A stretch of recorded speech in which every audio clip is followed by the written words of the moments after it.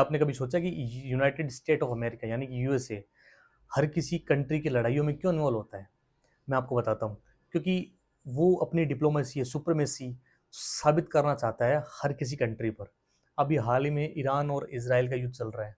वो इज़राइल के through Iran को कंट्रोल करना चाहता है, क्योंकि ईरान जो है ना, न्यूक्लियर बॉम्ब बनाने की फिराक में है, और हालाँकि वो बना भी रहा है।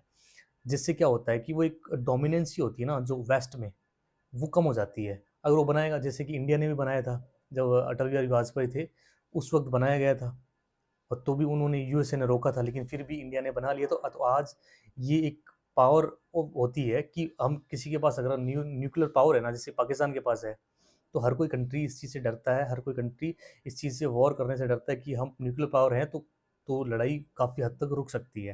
लेकिन ईरान के पास न्यूक्लियर पावर नहीं है, तो बनाने की कोशिश कर रहा है। तो उनके जो मिडल ईस्ट है और वेस्ट एशिया है, वहाँ पर डोमिनेंट हो जाएंगे वो। तो ये यूएसए को पसंद नहीं है। अब कहीं भी देख लीजिए, वेस्ट में 25 साल से लड़ाइयाँ ही हो रही है, लगभग 8 देशों के बीच में। कहीं कहीं हो रही है, जैसे यमन की हुती है, तो वो ईरान इनके थ्रू इजराइल पे हमला करवाता है।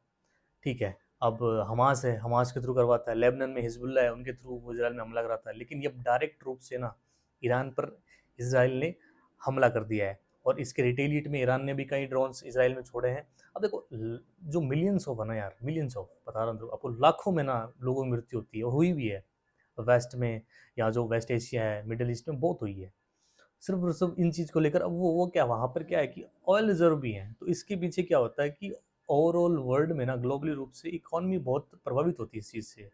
ठीक है, तो ऑयल रिजर्व है तो ऑब्वियस सी बात होगी, क्योंकि ऑयल से बहुत बड़ा फर्क पड़ता है किसी प्रोडक्ट पर। तब अब यूएसए, मैंने आपको ये चीज पॉइंट बता दिया। अब यूएसए काउंटर करने के लिए ना, दूसरी बड़ी पावर कौन सी है? चाइना है। तो वो चाइना को हमेशा ना कंट्रोल कर रखता है, लेकिन चाइना कंट्रोल में रहता नहीं। जिस तरीके से जो ट्रम्प थे, वो टैरिफ वॉर्स में काफ़ी इन्वॉल्व हो चुके थे, जिससे कि चाइना ने रिटेलिएट में वापस टैरिफ लगा दिए थे। हालांकि इस टैरिफ वॉर है जो अभी बहुत टाइम से शांत हो चुका है, लेकिन फिर भी वो किसी न किसी रूप से डोमिनेट करता रहता है हर किसी कंट्री पर। तो हमको ये चीज़ देखनी होगी कि किस तरीके से ना यूएसए डोमिनेट करके हर किसी कंट्री को इन्वॉल्व करके उसमें वो पावर अपनी जो होती है वो दिखाना चाहता है। अफगानिस्तान में भी था। अफगानिस्तान में क्या हुआ था कि जो तालिबान का जो राज था ना, उससे पहले यूएसए था, वहाँ पर डोमिनेट कर रहा था, लेकिन तालिबान उनको निकाल दिया कैसे कर। अब यूएसए, अब अफगानिस्तान अपने जाने। अब देख लो, अब अपने अफगानिस्तान की क्या हालत है ना, वहाँ पर एजुकेशन है ना, वहाँ पर कुछ ऐसा कुछ जो वुमेन एम्पावरमेंट का कुछ सीन है, ऐसा कुछ भी नहीं है। यूएसए, सीधी तौर पर एक लाइन में कहूँगा तो यूएसए अपनी जो डोमिनेट है वो बना के रखना चाहता है हर किसी वो देश में।